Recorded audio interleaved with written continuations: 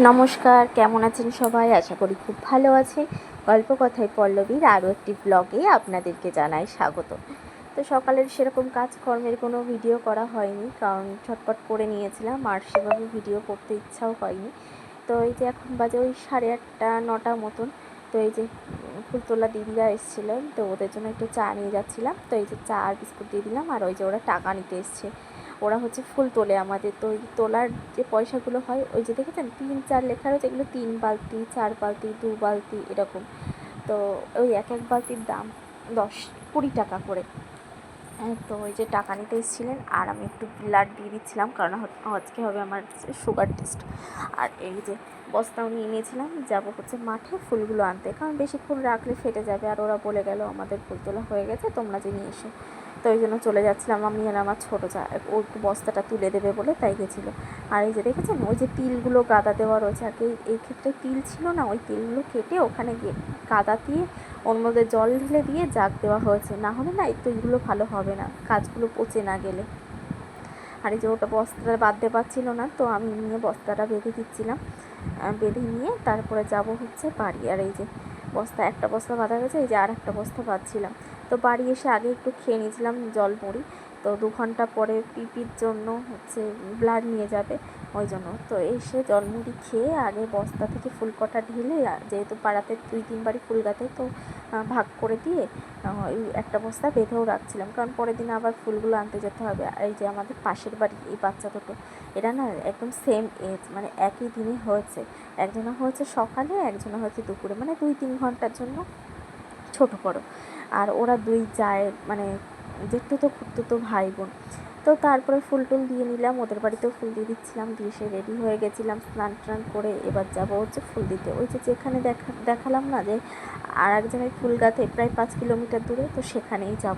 আর এই যে ওর জন্য বস্তাটা বেঁধে নিচ্ছিলাম, আর এই বস্তাটা খুব টাইট করে বাঁধতে হয় জানেন তো, যদি না বাঁধা হয় না, এই মুখটা যদি একবার খুলে যায় তাহলে এই ফুলগুলো পড়ে যাবে। আর যেহেতু ছোটো ছোটো ফুল, আর তুলতেও খুব সমস্যা হয়। আর এই যে স্কুটির সামনে ফুলের বস্তাটা নিয়ে নিয়েছি, এইভাবেই চালিয়ে নিয়ে যাবো। এই যে চলে এসেছিলাম, আর এই দিদিটা ফুলের বস্তাটা নিতে এসেছিলো, আর এই নিয়ে এই কাগজটা করে ঢেলে দিয়েছিল, দিয়ে ওরা ভাগ করে নেবে।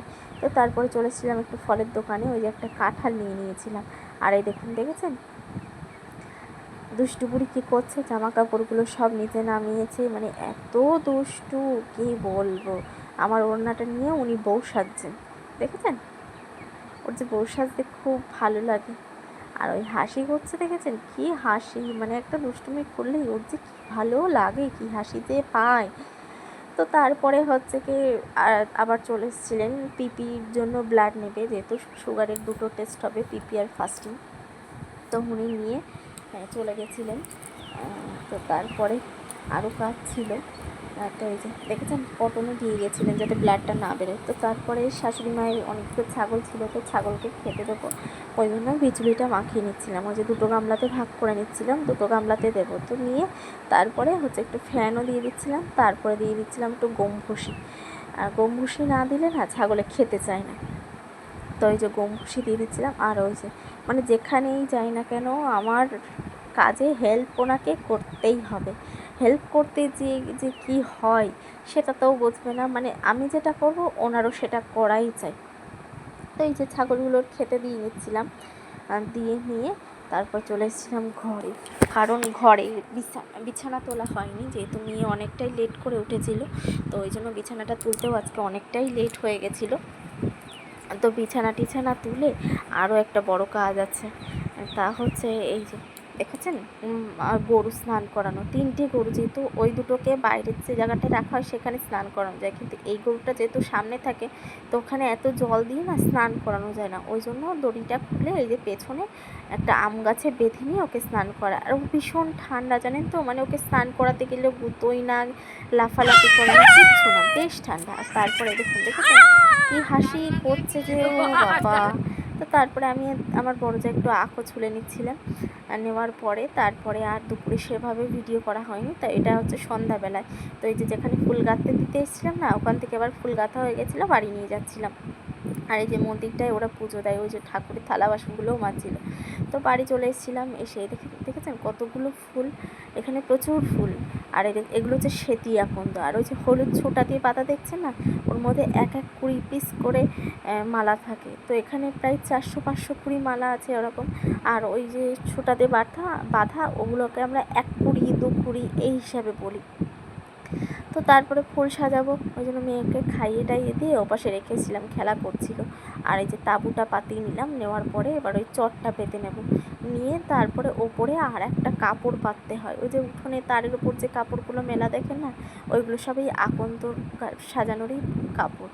আর তারপরে গামলায় জল ভরে নিচ্ছিলাম, যেহেতু শাশুড়িমা ফুল ধুয়ে দেবে, তো আমি জল করে নিচ্ছিলাম আর আমি ফুলগুলো সাজাবো। আর এই যে মা ফুলগুলো ধুয়ে দিচ্ছিলো, এবার তারপর পরই আমি হচ্ছে সাজাতে বসে যাবো, নাহলে সাজিয়ে পারবো না। তখন বাজে প্রায় ওই 9:30 মতন। তো আমার ফুল সাজাতে প্রায় 1.5-2 ঘন্টা কি 2.5 ঘন্টা মতন লাগবে, যেহেতু অনেক ফুল।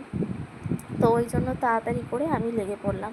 আর এই যে দেখেছেন ফুলগুলো শাশুড়িমা দিয়ে দিচ্ছিলো, আর ওই যে চটের উপরে ফার্স্টে একটু জলও দিয়ে দিচ্ছিলো। আর এই দেখেছেন গোলাপি কাপড়টা পেতে তারপর আর একটা চটও পেতে নিয়েছিলাম, নিয়ে এবার ফুলগুলো সাজিয়ে নিচ্ছিলাম। আর এই যে একটা লাইন সাজিয়েও নিয়েছিলাম।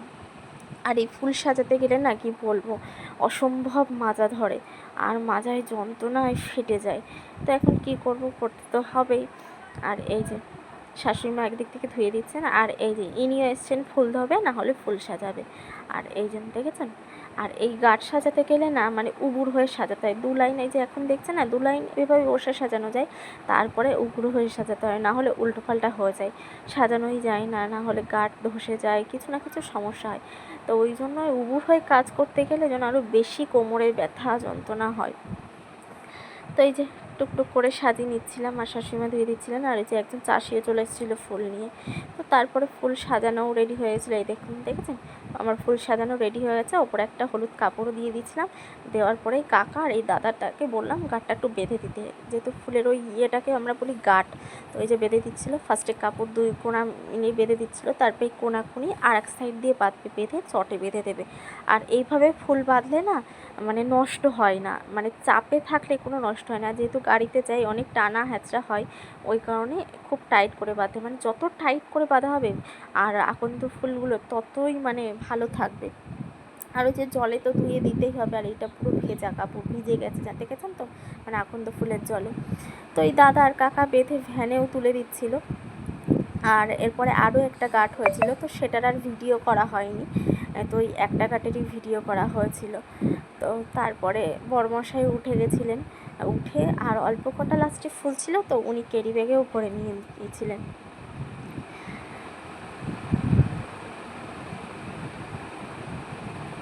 তো আজকের ব্লগটা এখানেই শেষ করছি। ভালো লাগলে সবাই পাশে থাকবেন, লাইক কমেন্ট শেয়ার করবেন। আর যদি কোনো ভুল ত্রুটি হয়ে থাকে তাহলে আমাকে ক্ষমা করবেন, আর অবশ্যই সাপোর্ট করবেন যদি ভালো লেগে থাকে ভিডিওগুলো। তো শুভরাত্রি জানিয়ে আজকে আমি আমার এই ব্লগটা শেষ করছি। ভালো থাকবেন সবাই।